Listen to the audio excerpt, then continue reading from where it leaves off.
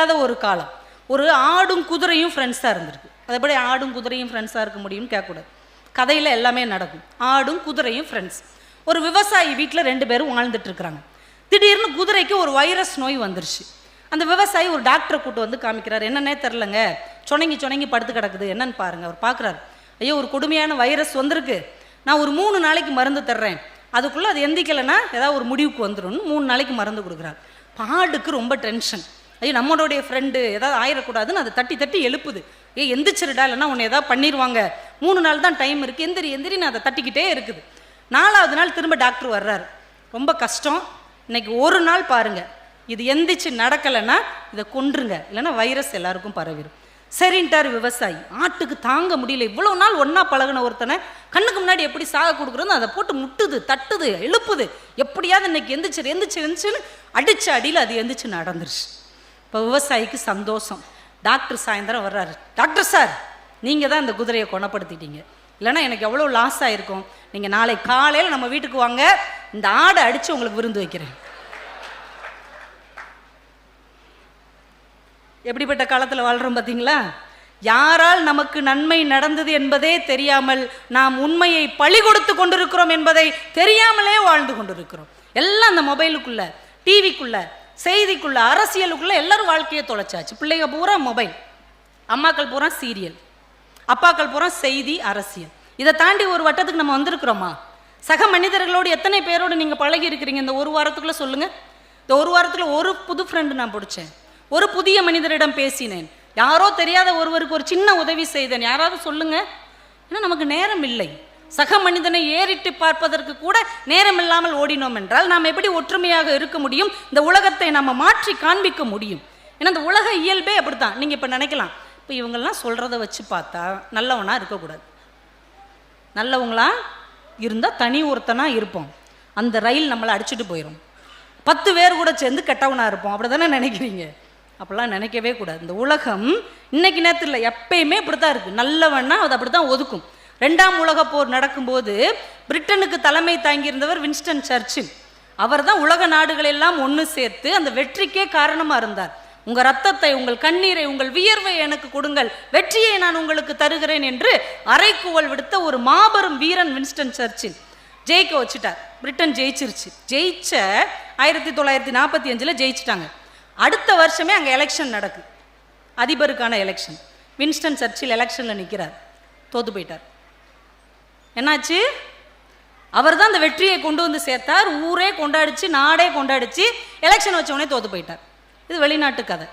இரோம் ஷர்மிளான்னு ஒரு பேர் கேள்விப்பட்டீங்களா? இப்போ அவங்களெல்லாம் மறந்தே போயிட்டோம் பாருங்க. மணிப்பூரின் இரும்பு பெண்மணி என்று கொண்டாடப்பட்ட பெண். அந்த மணிப்பூரில் நடக்கிற எல்லா அக்கிரமத்துக்கு எதிராகவும் அதிகார வர்க்கத்துக்கு எதிராகவும் 16 வருஷம் உண்ணாவிரதம் இருந்தாங்க. இப்படி ஒரு உண்ணாவிரதம் எங்கேயாவது கேள்விப்பட்டிருக்கிறீங்களா? 16 வருஷம் கட்டாயப்படுத்தி அவங்க மூக்கில் அந்த டியூப்பு செருகி அவங்களுக்கு மூச்சு காற்று கொடுத்தார்கள். 16 வருஷம். அதுலேருந்து வெளியில் வந்து எலெக்ஷனில் நின்னாங்க. சரி, எலெக்ஷன் நின்று ஜெயிச்சு இந்த மக்களுக்கு நல்லது செய்வோம். 16 வருஷம் உண்ணாவிரதம் இந்த மக்களுக்காக இருந்தவங்க எலெக்ஷனில் நிற்கிறாங்க. எவ்வளோ ஓட்டு தெரியுமா? எவ்வளோ ஓட்டு தெரியுமா? 90 வாக்குகள். பரவாயில்ல. 16 வருஷம் எந்த மக்களுக்காக சோறு தண்ணி திங்காமல் பட்டினி கிடந்துச்சோ அந்த பெண்ணுக்கு கிடைத்த ஓட்டு 90. உனக்கு இதுவே அதிகம் அப்படின்னு நினச்சிருக்காங்க. அப்போ நல்லது செய்தவர்களுக்கு இந்த மண்ணில் என்ன கிடைக்கிறது? யோசித்து பாருங்கள். அவங்களாவது வெளியூர்காரங்க, வெளி ஸ்டேட்டுக்காரங்க, நம்ம ஊருக்காருக்கு வருவோம். வஉசி அப்படின்னு ஒருத்தர் இருந்தார் தெரியுமா? ஆங்கில ஏகாதிபத்தியத்தை குத்தி பார்த்த வைர ஊசி வஉசி என்று பதிவு செய்கிறார்கள். அவ்வளோ சொத்து எல்லாத்தையும் வித்தாச்சு. லட்சமாக சம்பாதிக்கக்கூடிய வழக்கறிஞர் பதவி அதையும் விட்டாச்சு. அவ்வளோ சொத்தையும் விற்று ஆங்கிலேயர்களுக்கு எதிராக சுயமாக ஒரு சுதேசி கப்பல் விட்டார். கப்பலோட்டிய தமிழன் பேர் வச்சுட்டாங்க. அவரை தூக்கி ஜெயிலில் போட்டாங்க, செக்கு இழுக்க வச்சாங்க. உசுரை கொடுத்து செக்கு இழுக்கிறார். சாப்பிட்ற சாப்பாட்டில் மண் அள்ளி போடுவாங்க, அதையும் சகித்து கொண்டு சாப்பிட்டார். செக்கு இழுக்கும் போது உங்களுக்கு வலிக்கலையான்னு கூட உள்ளவங்க கேட்குறாங்க. நான் செக்கையா இழுக்கிறேன், என் பாரத மாதா அமர்ந்திருக்கிற தேரை அல்லவா இழுக்கிறேன் என்று சொன்னவர் அந்த செக்கிழுத்த செம்மல் வஉசி. அத்தனை ஆண்டு ஜெயிலில் கிடந்துட்டு வெளியில் வர்றார். எத்தனை பேர் போகணும்?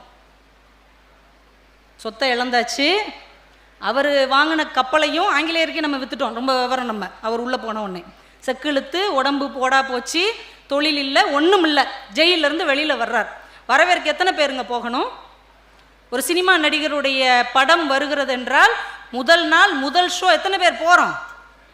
நாட்டுக்கு சுதந்திரம் வாங்கி கொடுத்தாங்களா இவங்களாம்? எத்தனை பேர் போகிறோம்? அடிச்சு பிடிச்சி 2000 ரூபா டிக்கெட்டு கொடுத்து தேட்டர் கொள்ளாத அளவுக்கு போகிறோம் இல்லையா? நம்ம இளைஞர்கள் போகிறார்கள் இல்லையா? அன்னைக்கு வஉசி ஜெயிலிருந்து வரும்போது வரவேற்ற ஒரே மனிதர் சுப்பிரமணிய சிவா மட்டும்தான். சுப்பிரமணிய சிவா மட்டும்தான் வெளியில் நின்றுருக்கிறார். எவ்வளோ அதிர்ச்சியாக இருந்திருக்கும் வஉசிக்கு. நம்மளை பார்க்க நம்ம மக்கள்லாம் வந்திருப்பாங்கன்னு தான் நம்ம வெளியில் ஓடியாந்துருப்பான். தன் உடம்பு இற்று போனாலும் பரவாயில்லை, தன் உயிர் இழந்தாலும் பரவாயில்லை, என் மக்கள் எனக்காக இருக்கிறார்கள் என்று நம்பியிருப்பார்ல அந்த ஆள்.